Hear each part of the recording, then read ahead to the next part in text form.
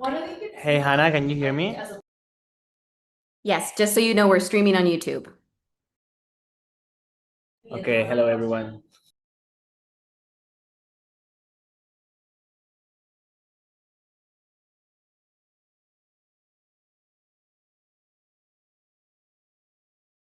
Yes, I can still hear you. Yes, just so you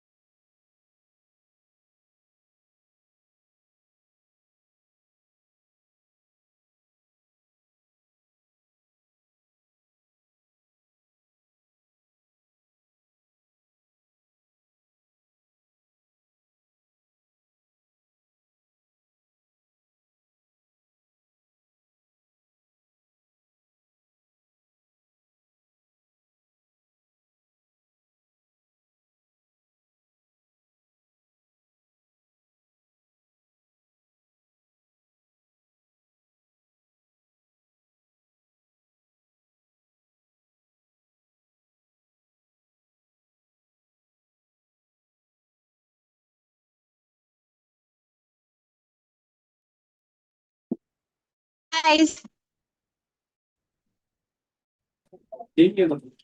Hi. Should we put our phones sideways like you do? Osmanoğlu Yeah. yahut idam edileceksin diye sorulduğunda Hey. hiç tereddüt etmeden Müslüman olur. Ve Mehmet ismini alır. Karısı da Fatma ismini kullanır. O günden sonra da I'm Müslüman hearing olarak da Turkish things in the background. Is this normal? اي محمد من بلوك. مع الطبيب كنا نزيدوا لنا ¿Ya feminista o no? ¿O hacemos bloque? Indeed, you're awesome. ¿Tú no?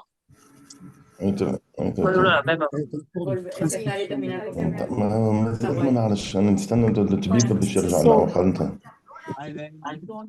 اي جوستومون راني قاعد نستنى في حمد يعني. Anche di far sparire un po' très bien. la povera Cinzia. François, ça commence. Però niente, però quest'uomo, cioè, l'unica cosa, sembra avere un guizzo di consapevolezza solo quando si ritrova i carabinieri della tenuta che cominciano a fare dei rilevi degli accertamenti, al che sale sul gommone e questa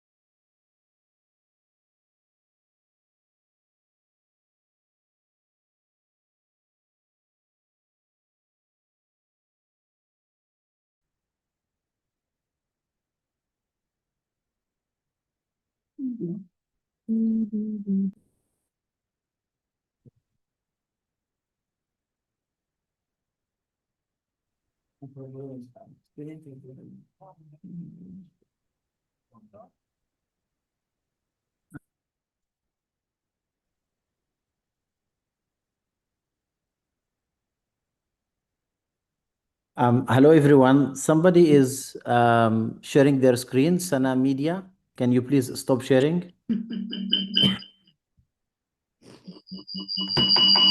Thank you.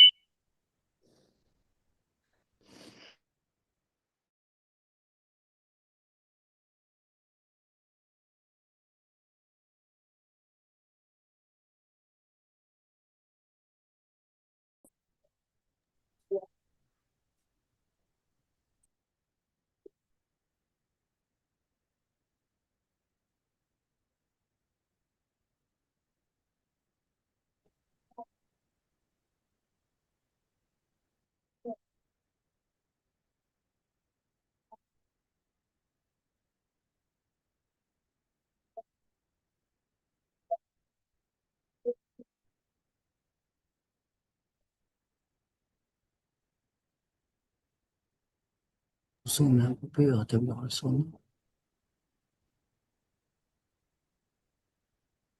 Mais je vais pas l'audio, le micro. Je devrais continuer à entendre.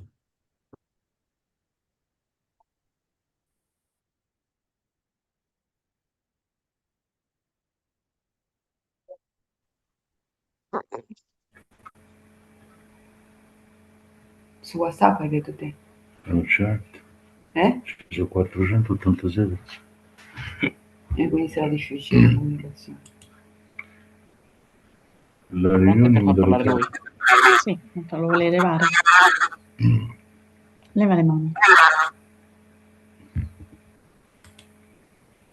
Puoi premere nulla? Mettete in mute il microfono. Ma parlo in che lingua parla?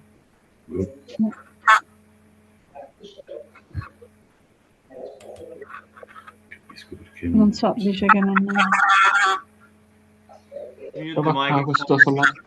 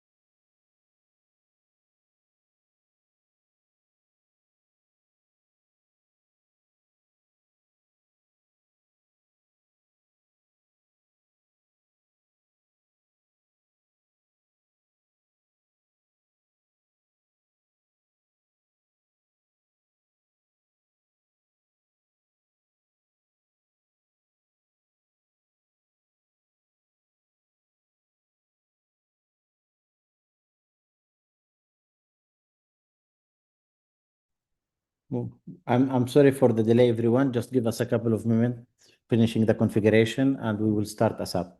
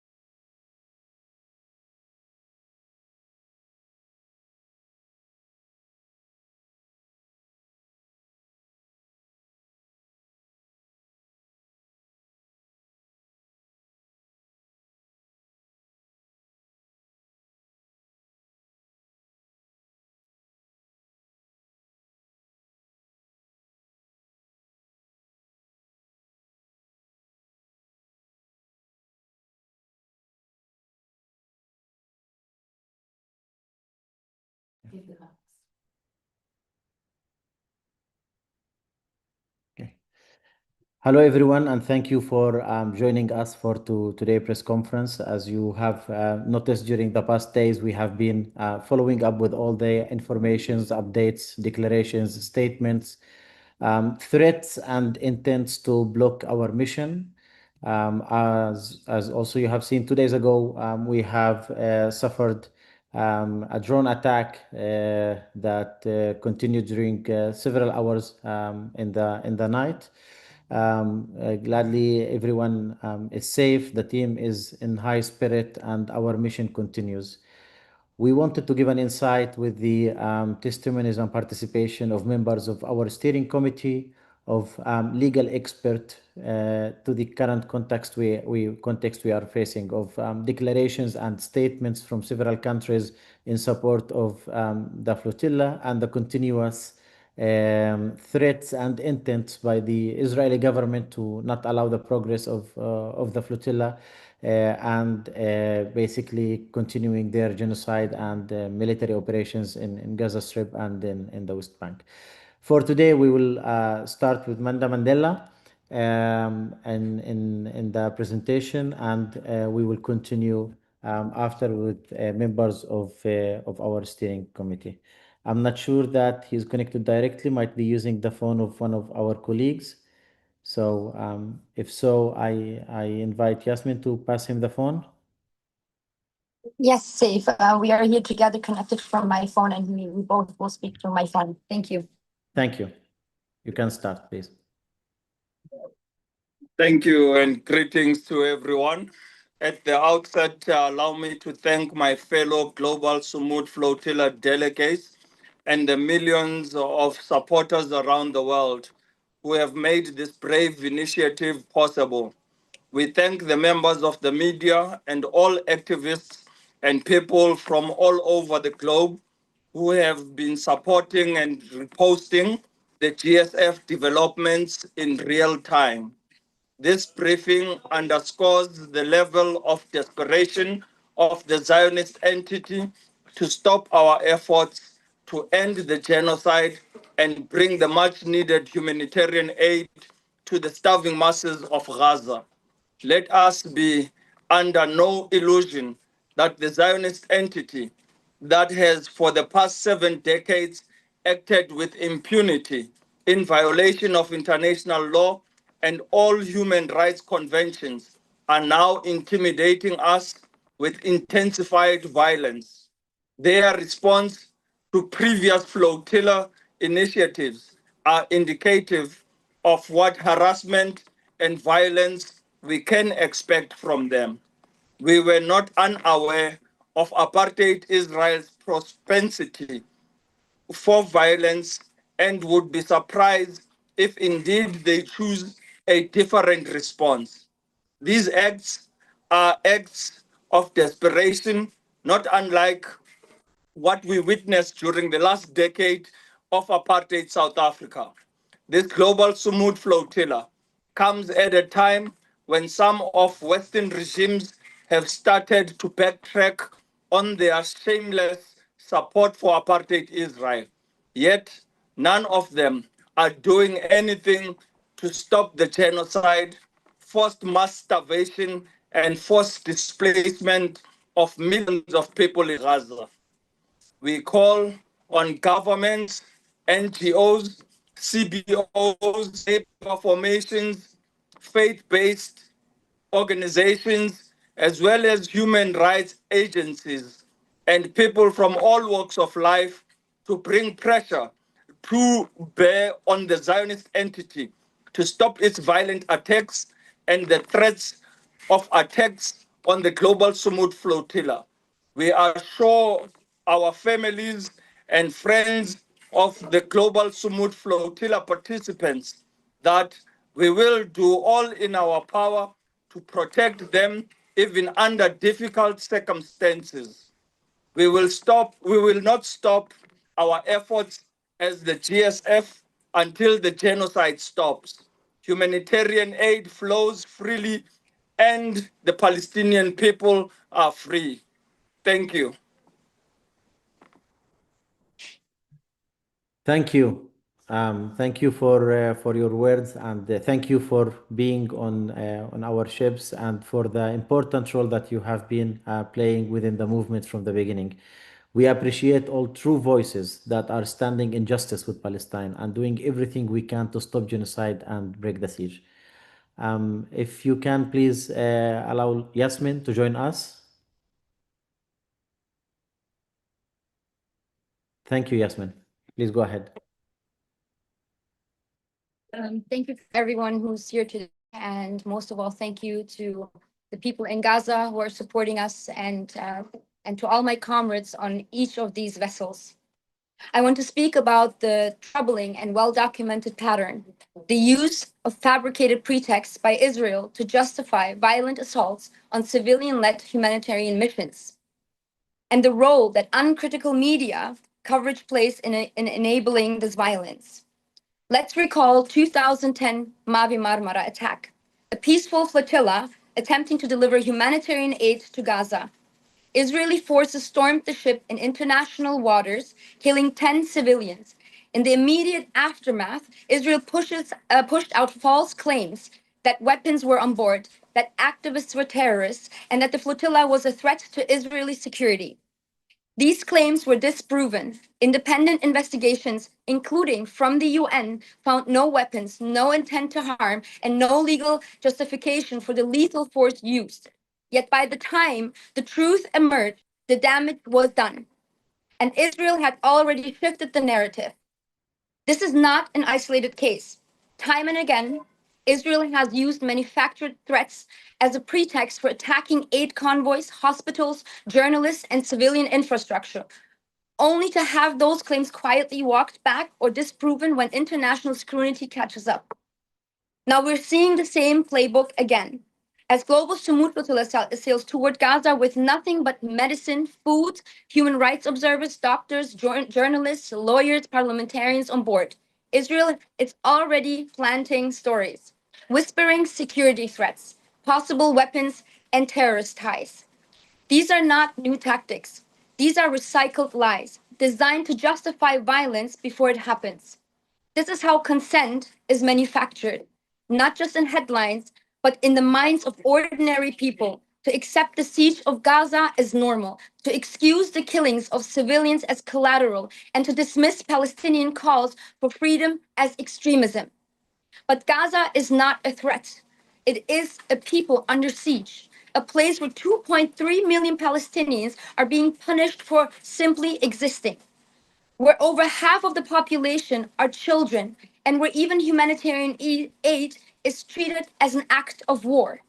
So today, I urge every journalist, every newsroom, every media outlet, do not amplify unfair and unverified Israeli claims as a fact. Ask for evidence. Demand accountability, because what you print, what you broadcast can be the difference between life and death for Gaza and for the civilians on all of these ships. The world cannot afford to fall for this disinformation again and again. Journalistic integrity and human lives depend on it. This mission will continue because governments are not stopping Israel's crimes against humanity. We sail because humanity demands it. And most importantly, we sail because Palestinians are our sisters and brothers, and they are worth fighting for. So I call on ordinary people, demand a safe passage to the Sumud Flotilla. Demand your governments stop aiding and abetting this genocide.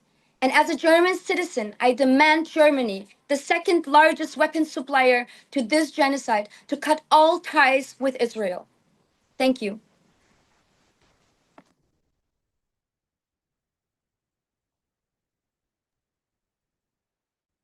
Thank you, Yasmin. Thank you for your words, Yasmin, on our steering committee. It's always a pleasure to hear your thoughts and inspiring all of us in our fight for justice for Palestine. I invite another member of our steering committee to join us, Cleo from Greece. Hello, everyone. Hello, So Cleo, please go ahead. Yes, as expected from the people, they know me, I haven't prepared a text, so I want to speak to you spontaneously. First of all, it's a huge honor speaking after Yasmin Akar and after Mandela. Huge honor.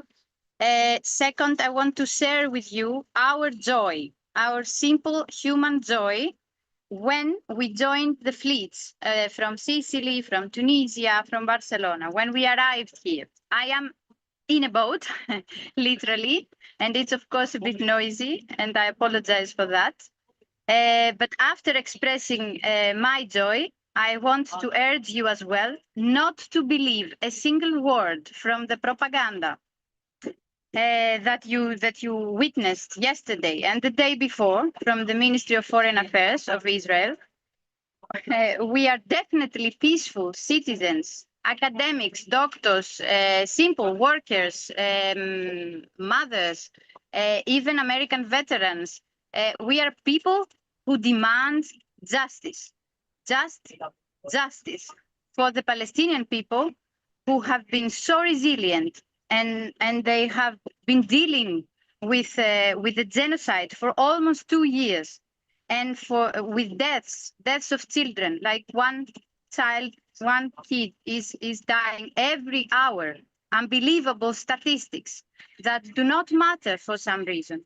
But today, in this international context, when the European Parliament finally took a stance and expressed their solidarity with the Palestinian cause, nowadays that many countries finally recognize Palestine as a sovereign state, we have the chance to break the siege of Gaza, and not only Gaza, to make like a historical rupture, to be part of a historical moment. And we will not leave this opportunity like passing by. we will not abandon our fight. Now we are at the most critical moment, like heading to Gaza. And we should be even more disciplined, committed, and faithful, and even optimistic that we will win, and not we, on behalf of the Palestinian people, of course, we will win because we are right. That's all. That's my single message I want to transfer to everyone. And thank you very much for being here and listening to us and supporting us from far away. Thank you, Clary, and definitely I understand how you have been waiting with the Greek fleet for weeks and days to be with everyone. So it's a true honor to have our Greeks joining us today. Now our fleet is complete with 4 departures that we have planned in advance, and it's just one step to show the determination of the people of the world to continue this fight for justice and for end to the genocide and to block the siege on Gaza. So we are very happy to have you on this with all our Greek colleagues. Thank you, Cleo. We will have the next speaker, Varsha Gantikota, who's the Executive Secretary of the Hague Group.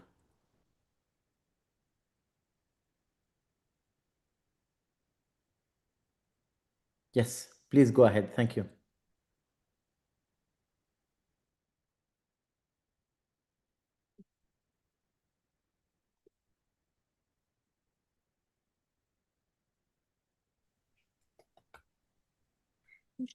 Thanks, everyone. It's a great honor to be speaking to each and every one of you, fearless comrades sailing to Gaza on the Global Summit Flotilla, which has given hope, real hope to all of us in this dispiriting moment of marking 2 years of the Gaza genocide. So my gratitude, not just from myself, but on behalf of every single individual and state and bureaucrat and technocrat that's been working with us on the Hague Group to do what you've been doing, which is finally break the siege on Gaza and interrupt the material arteries of the genocidal machine. Thank you for your bravery. From the Hague Group, we only have one message. It's the same message that motivated the formation of the group, which is we simply cannot keep pretending there are existing international institutions, the Security Council, the General Assembly, the ICJ, the ICC, suffice in any fashion to stop the atrocities that we're seeing right now. And that's the exact same kind of pretense that we're seeing today as the flotilla is brutally attacked, especially from Western nations and complicit countries from around the world who keep calling on and condemning and expressing concern, but not acting as states, not acting decisively with international and national policies to protect our fellow brothers and sisters on the flotilla, but also break the siege on Gaza. Here at the United Nations, the Hague Group is convening an emergency ministerial conference once again, bringing together over 31 states to do what you're doing on the other side of the world, which is to break the arms exports to Israel, ensure that aid gets to our friends in Gaza, ensure that there is no port that is being used, no factory, no land, no labor from each of our countries that can be drenched with the blood of Palestinians, and ensure accountability for war criminals, for every single individual, for government officials, and for institutions and corporations that are committing crimes under the Israeli entity at this moment, in this 2-year moment of the Gaza genocide. I'd also like to say all of my solidarity with the members on the flotilla. We have seen statements from South Africa, from Namibia, from Colombia, from Malaysia, each of the founding members of the Hague Group who stand ready to support you and who stand ready to protect every single individual on all the boats on the flotilla should there be any attack whatsoever. We hope that our numbers grow, both on the flotilla as well as on the Hague Group, where states and citizens, governments of conscience and people of conscience coming together to finally break the siege on Gaza. Thank you very much. Thank you, Varsha. It's a pleasure to have you with us, and this is one of the things that this movement of people has achieved, is to bring both land and sea together in our continuous work and mobilization, because this is the only way for us to continue path of justice, of rights, not only for the Palestinian people, but for all oppressed people. So we appreciate the work that you are doing, and we thank you for being with us today. We move for our last speaker, the Palestinian lawyer from US, Lamis Addik. Please go, Lamis. Great to see you again. It's amazing. Yeah. You are ready. Please go ahead, Lamis. Jamila.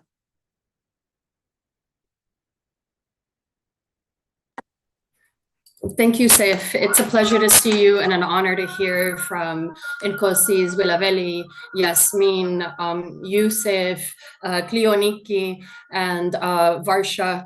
I will begin, as always, I'm not in the US. I have not been based in the US since the early months of the genocide. The adhan is playing in the background, so I will take this moment and do as I always do before every speech, and that's to give, first of all, Assalamu rahmatullahi wa barakatuh ala arwah al-shuhada wa ahali al-shuhada. Peace and glory upon the martyrs and the families of the martyrs. It is for them, because of them that we have all gathered today, and that all of you have made this tremendous, incredibly brave sacrifice and risk. And our people are moved beyond words in Palestine, outside of Palestine, and all over the world. I also have not prepared a statement. I'm supposed to be talking about the legal analysis, served as counsel. Our members, our current counsel, many of you have probably worked with them on the ground and on the chats. Because we've been quite tied up with emergency after emergency around the Uniting for Peace resolution, we are primary external counsel on the resolution, as well as organizing around it. But I will just off the bat, and if people need any briefings, there's no shortage. With the Palestine Commission on, the organization is the Palestine Commission on War Crimes, Justice, Reparations, and Return, but also my colleagues, Shabnam, and our colleagues, Evgenia Dionassis, and Sokrati, and Hussein, and Wolas, have no shortage of briefings that we can provide for you on all of this. I think it's eminently and unequivocally clear that there is absolutely no legal basis for the blockade. This has been affirmed time and time again since the Mavi Marmara, since one of the shameful reports post the Mavi Marmara.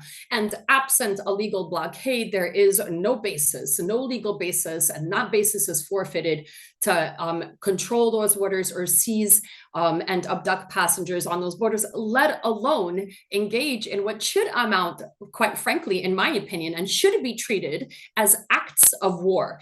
And I think that this little term really needs to be something that I hope that the Sumud and the rest of the world, the Sumud convoy and the rest of the world starts taking, that these are acts of war committed by the Israelis repeatedly from the conscience ship to the Madleen. I'm happy to offer more legal analysis if anything is needed. As an attorney, I love it, but I also find it quite boring. I think what's important is changing the narrative, because law and discourse are reciprocal, and the implementation of this depends on the narrative that you all are brilliantly elevating, both through your physical work, through this praxis, but also through your language. Paramount among them is the meaninglessness of the Israeli and even US and now UK usage of the term terrorism. Apparently, the entire world, except the Zionist genocidal entity, are terrorists. That's number one. This needs to be the maximum. This is completely irrelevant.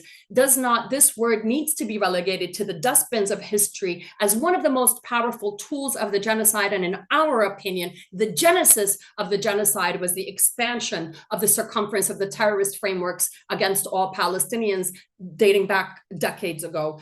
The San Remo Manual, the UN laws on the seas, the Genocide Convention, everything is in your favor. The ICJ is in your favor to continue. You have seen now naval forces also being in your favor. The UN repeatedly, we just had to secure an emergency letter from 140 Palestinian civil society organizations under the umbrella of PINGO, the Palestinian NGO network. And they insisted in this letter to President Petro to include again the Samud convoy. These are organizations in Gaza whose relatives and themselves are under brutal starvation and slaughter. And they have sent this message clearly and loudly, and it will be echoed again at the UN, I'm sure, repeatedly today. I will try to stay as long as I can. I am in between a few emergencies to address any legal issues. I think the last takeaway I want to say is, yes, in fact, the Zionist genocide entity has declared that the entire world, all people of conscience are terrorists, and all people of conscience are Palestinians, because all Palestinians are terrorists. And what Gaza has given us, given all the world, is the ability to peel off the onion skin between truth and the rest of the world, to bring the world into the truth of what this empire looks like, run by the Israelis in the Middle East and Western powers all over the world. I want to take a moment and discuss the Uniting for Peace resolution. Even as we're speaking to you, and even upon the announcement of the Honorable President Petro of their intention to bring the United for Peace resolution, there are still machinations, an incredible amount of pressure to continue delaying. And I think one of the most shocking things is the insistence of the West and the Zionist entity to continue dedicating so many resources, from stalking and harassing you at every turn, whether from FFC or the Mavi Marmara to this day, and to each of you individually, their obsession with murder and harassment and surveillance and abuse and violence. And of course, their insistence on dominating the region and the world for the worst purposes. And therefore, it is you who are leading the world truly, and this is not an exaggeration, into an era of light, into an era of humanity, an era of peace and justice and stability for all of humanity. So as we salute our people and our freedom fighters in Palestine, we salute all of you and we thank you. Wassalamu alaikum wa rahmatullahi wa barakatuh.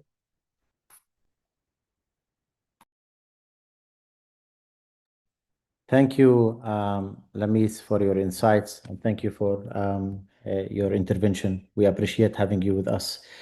We will take some of the questions that has been shared in the chat. I saw a question regarding how we will continue the mission right now. If Yasmin want to take that question.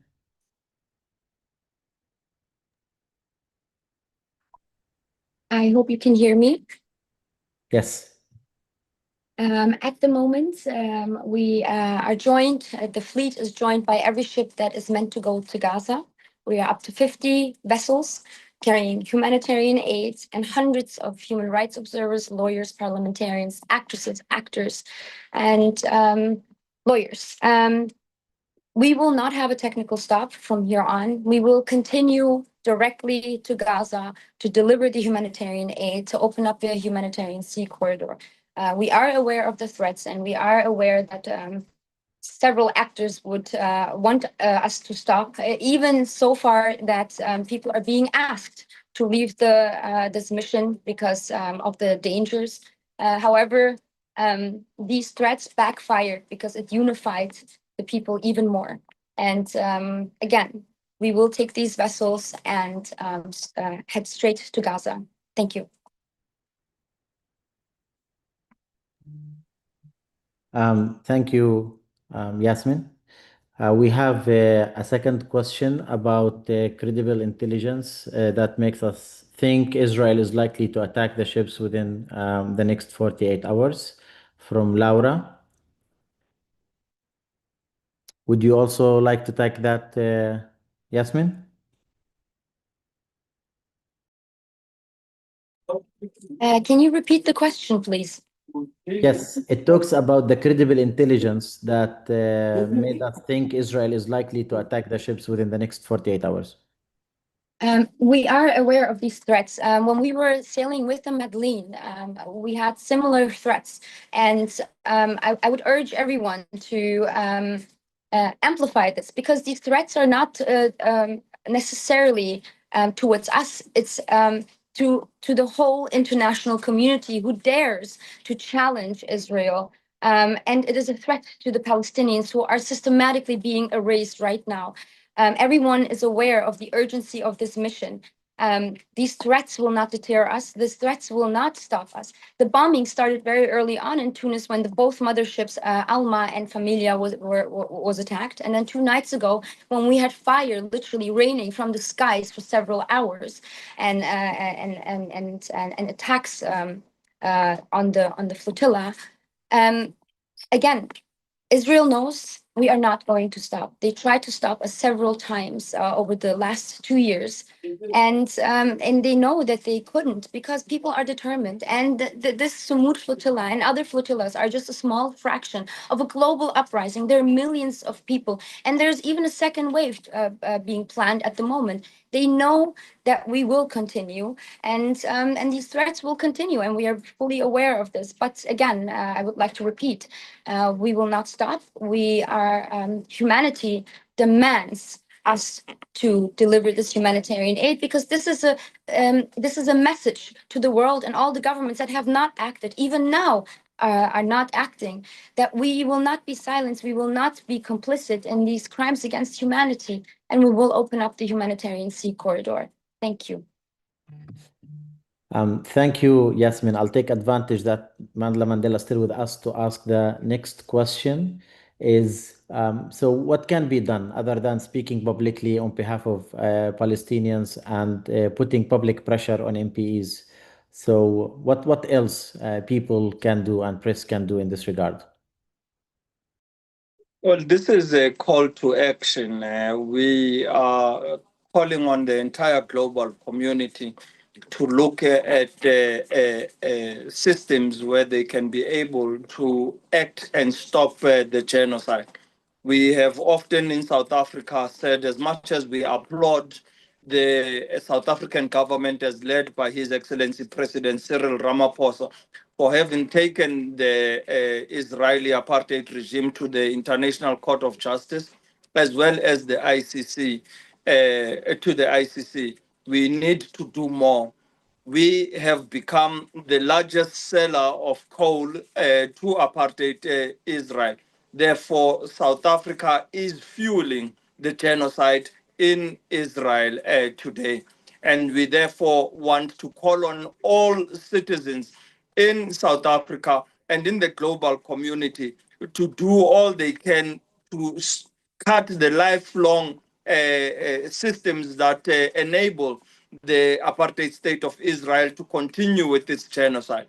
We know that even the fuel that they utilize comes from Azerbaijan through Turkish pipelines.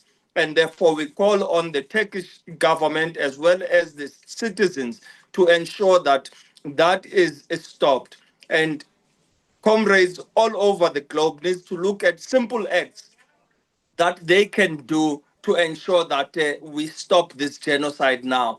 It's not about just policies and protests and marches, but we need to find actions that truly end this genocide. Thank you. Thank you, Mandla. One of the questions, or actually repeated in different talks, about the offer we have received to port the humanitarian aid that we have with us, and another one in the same line mentions that it's a port next to Gaza and asking why we don't negotiate. So I'll step in for this question. Being a Palestinian myself, the question is not regarding the lack of humanitarian aid around Gaza itself. It's the prevention of humanitarian aid to arrive to Gaza. And the mission to break the siege and open a humanitarian corridor is to guarantee the direct access of the Palestinian people with humanitarian organizations for those aid. The port that was offered is Cyprus, and it's nowhere close to Gaza. It's not part of any ports in Gaza Strip. And it does not serve the purpose of our mission. There are hundreds and hundreds of trucks that are filled with humanitarian aid that are not allowed to enter. In addition, delivering the aid to the Israeli authorities in Ashkelon or delivering the aid to an organization in Cyprus doesn't in any way guarantee that the siege will be broken or that Palestinians will not be continued to be used as targets when humanitarian aid is being delivered. It seems that the way we want to uh, explain the situation from a government perspective and from international perspective as of what we bring in aid in a natural disaster because of lack of aid, which is not the actual reality. What we bring with us is a human rights campaign of people, civilians from all over the world that are carrying aid because aid is not allowed to go inside, not because there is an earthquake or a volcano that is not allowing people to reach to isolated population and provide them with aid, because this is a man-made disaster of a government that is committing genocide and that is isolating and displacing Palestinians and not allowing aid to use there. And whenever aid arrives, they use it against the same population. So there is no use for an aid to be given into a different port. It's what we are asking for is Israel to respect international law and to respect the resolutions and to stop their genocide over the Palestinian people, for that aid to arrive and for a humanitarian corridor to be open. Thank you. One other questions that we have is regarding the specific information that we have received. So my colleague Yasmin clarified how this information is circulating and also how we should deal with this information within the mission and also from a responsible media. The question in terms of concrete, tangible information that was received, we can confirm that a letter was received from the Foreign Ministry of Luxembourg explaining the same narrative. It's important to highlight, because now we are looking into the sources of those information. Israel has been saying for weeks and days that they will do everything in their hand to stop this mission. And they have been threatening everyone on the mission that they will be put in long-term jail and they will be treated according to the anti-terrorist laws, and they will not allow this mission to arrive close to Gaza, and there's no one who controls the territorial water of Gaza. Ignoring the fact that in all previous missions, their interception and their violation of human rights happens in international water. The drone attack that happened on our ships in the past few days happened in international water. So to make it very clear, the mission in itself complies perfectly with international law. It is protected by Geneva Convention agreements. As humanitarian aid volunteers and human rights activists are going through international water to deliver a needed humanitarian aid. The one who is violating international law and the one who is committing crimes in this case is Israel. One of the last questions that we have here is speaking about the Italian Navy and the assist to Global Summit Flotilla. If we can share some updates from our side. I know, Cleo, you just arrived to us, but would you like to share your perspective of both Italian and Spanish governments sending those vessels to be observing and sailing next to our Sumud flotilla? Sure. We welcome them, first of all. We are not, how to say, reckless or naive to believe that suddenly governments that have cooperated in the past with Israel, suddenly they want to fully support the Palestinian cause. However, it's very positive that they react this way after, of course, our efforts, the efforts, I mean, of the civilians, the efforts of the labor unions in Italy. It was tremendous, their effort to bring attention on this matter and help to protect us, all the fleets going to Gaza. So this is actually a victory of them.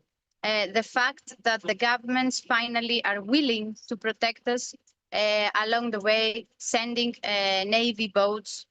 And of course, there is a difference. Spanish government has shown its solidarity all the way back. But we welcome, yes, we welcome these initiatives, no matter where they come from.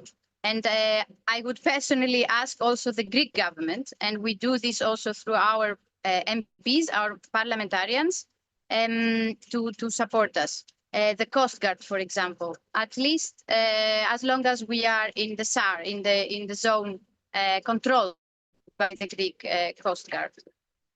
Thank you very much. Thank you, Chloe. Next question to Lamis.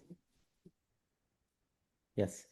About the legal situation. What is the legal status of the waters of Gaza, which Israel considers its territorial waters in the absence of a Palestinian state? Why is protection not guaranteed in that area? Is it because it is a theater of war, or because Israel considers it as its territorial waters? For Lamis.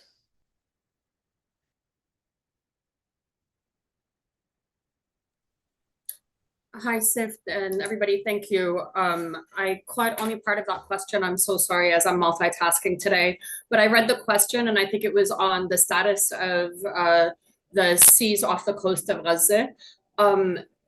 Look, de facto Israeli has control. The ICJ did not recognize this control, but articulated it, which means that they have a responsibility to protect civilian life as the de facto controllers. But according to the ICJ and according to international law, that control of Gaza and its waters is unequivocally illegal. These are illegally occupied lands and illegally occupied waters. They have no rights. And even if they were to insist that these are Israeli waters, which they are not according to the ICJ, not just according to the ICJ, mind you, according to the UN General Assembly Resolution ES-10/24 of September 2024, the majority of the UN General Assembly adopted the ICJ advisory opinion, meaning the majority of the states in the world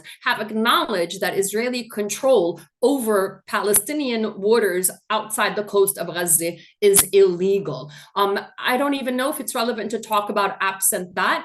In the wildest scenario, even if these were considered Israeli waters, they can't intercept without valid, legitimate basis, with due process, with a whole gamut. It has to be proportional. There are all of these legal requirements, which Israel has, number one, declared that it's going to breach. It's declared its intent to act disproportionately and violently. It's declared its intent to unlawfully and discriminatorily abduct passengers and seize the vessels. And what I would say is, I think that these questions are very important and everybody should be, and I think your respective legal teams, especially in your localities, have given you this information, but to really be able to assert this during all of the conversations is the ICJ has declared Israeli occupation and siege completely illegal.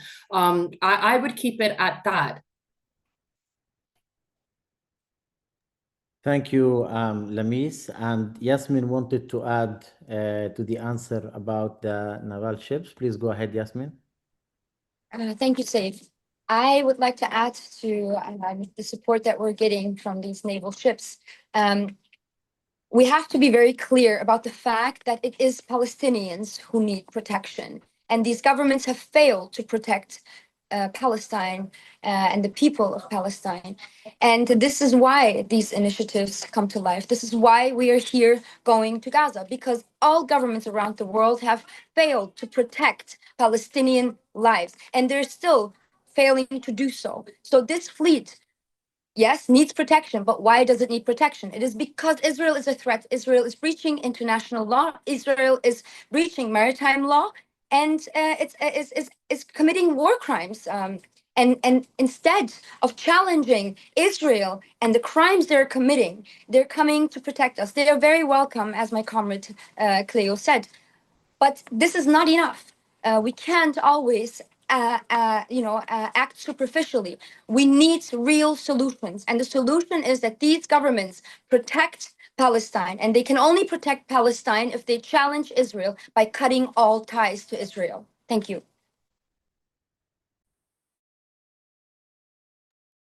Thank you, Yasmin.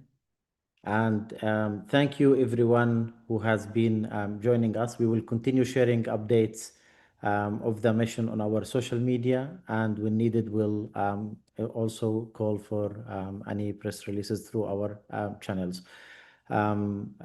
We appreciate the work that everyone is doing. We are joining both efforts from sea and land, and our mission will continue.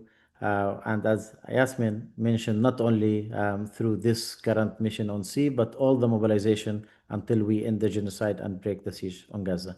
Thank you, everyone, and have a great afternoon.